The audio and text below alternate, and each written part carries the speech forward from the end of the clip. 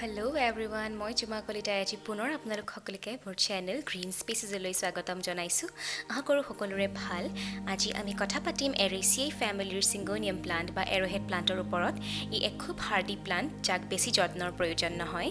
ই সাধাৰণতে tropical rain forest, সাবট্ৰপিকেল forest আৰু ৱেটলেণ্ডত grow হয়। ইয়াক বিভিন্ন নামেৰে জনা যায় যেনে arrowhead প্লান্ট, arrowhead vine, কিয়নো ইয়াৰ পাতৰ শ্বেপটো মন কৰিলে দেখিব যে ই তীৰৰ দৰে। ইয়াক আফ্ৰিকান এভাৰগ্ৰীণ বা গুজ ফুড বুলিও কয়।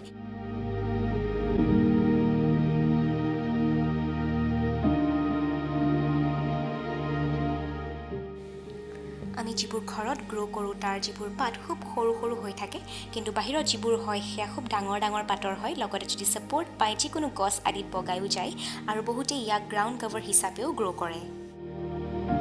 ইয়াৰ বহুতো ভেৰাইটিজ আছে যিবোৰ আজিকালি আমি খুব সহজতে নাৰ্চাৰীত দেখিবলৈ পাওঁ।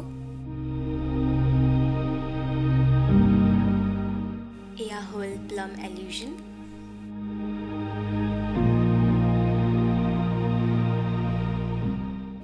এয়া Syngonium velvet, যাক Syngonium windlandi বুলিও কয়।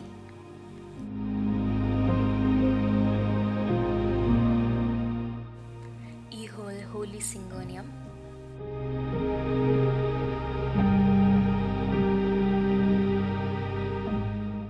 ই হ'ল white butterfly Syngonium।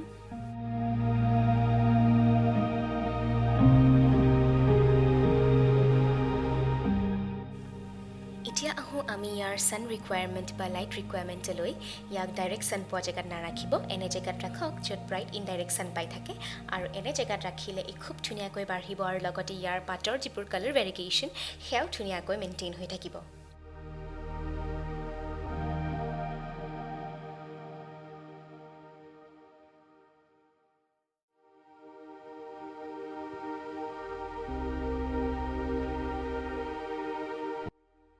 এতিয়া আহোঁ আমি ইয়াৰ ৱাটাৰিঙলৈ। ইয়াক তেতিয়াহে পানী দিব যেতিয়া ইয়াৰ মাটিখিনি 100% ড্ৰাই হৈ যায়, আৰু পানী দিলে এনেদৰে দিব যেতিয়া টাবৰ তলেৰে পানীখিনি ওলাই যায়। ইয়াৰ দ্বাৰা আমি এয়া সুনিশ্চিত কৰোঁ যে ইয়াৰ গোটেই শিপাবোৰে পানী পায়।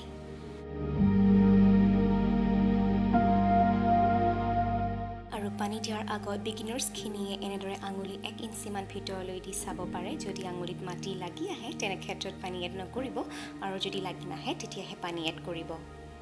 আৰু এয়া দেখিবলৈ পাইছে কেনেদৰে মাটিখিনি মোৰ আঙুলিত লাগি আহিছে, আৰু মই গুচাবলৈ চেষ্টা কৰাৰ পাছতো ই আঙুলিতেই লাগি আছে।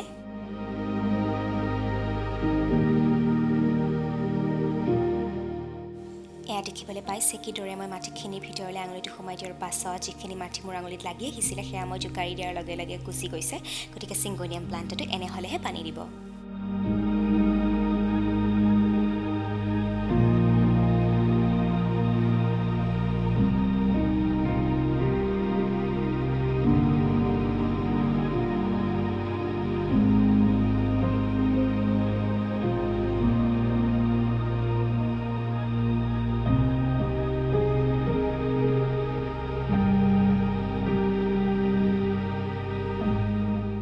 Syngonium এক হিউমিডিটি লিভিং প্লান্ট, গতিকে দিনত এবাৰ বা দুবাৰকৈ পানীৰ স্প্ৰে কৰিব, আৰু তাৰ ফলত পাতবোৰ চাফা হৈও যায় আৰু লগতে পাতবোৰ দেখিবলৈও ধুনীয়া হয়। আৰু এডিশ্যনেল হিউমিডিটিৰ বাবে আমি যিকোনো বাতি বা ট্ৰে এখনত পানী থৈ ইয়াৰ ওচৰে পাজৰে থৈ দিলেও এটা খুব ধুনীয়া হিউমিড স্পট মেইনটেইন হৈ থাকে।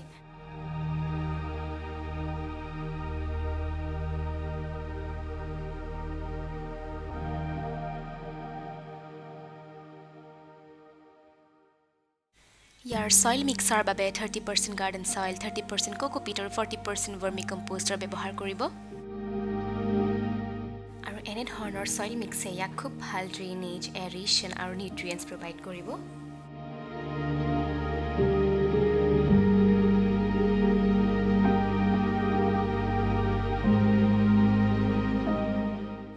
ইয়াক 15-20 দিনৰ মূৰত নাইট্ৰজেন ৰিচ ফাৰ্টিলাইজাৰেৰে ফাৰ্টিলাইজ কৰক, যাৰ বাবে ভাৰ্মি কম্পোষ্ট, লিভ কম্পোষ্ট বা চিউইড সলিউশ্যনৰ ব্যৱহাৰ কৰিব পাৰে, যিয়ে ইয়াক ভৰপূৰ মাত্ৰাত নাইট্ৰজেনৰ যোগান ধৰিব আৰু ইয়াৰ পাতৰ হেল্ডি গ্ৰোথ হোৱাত সহায় কৰিব।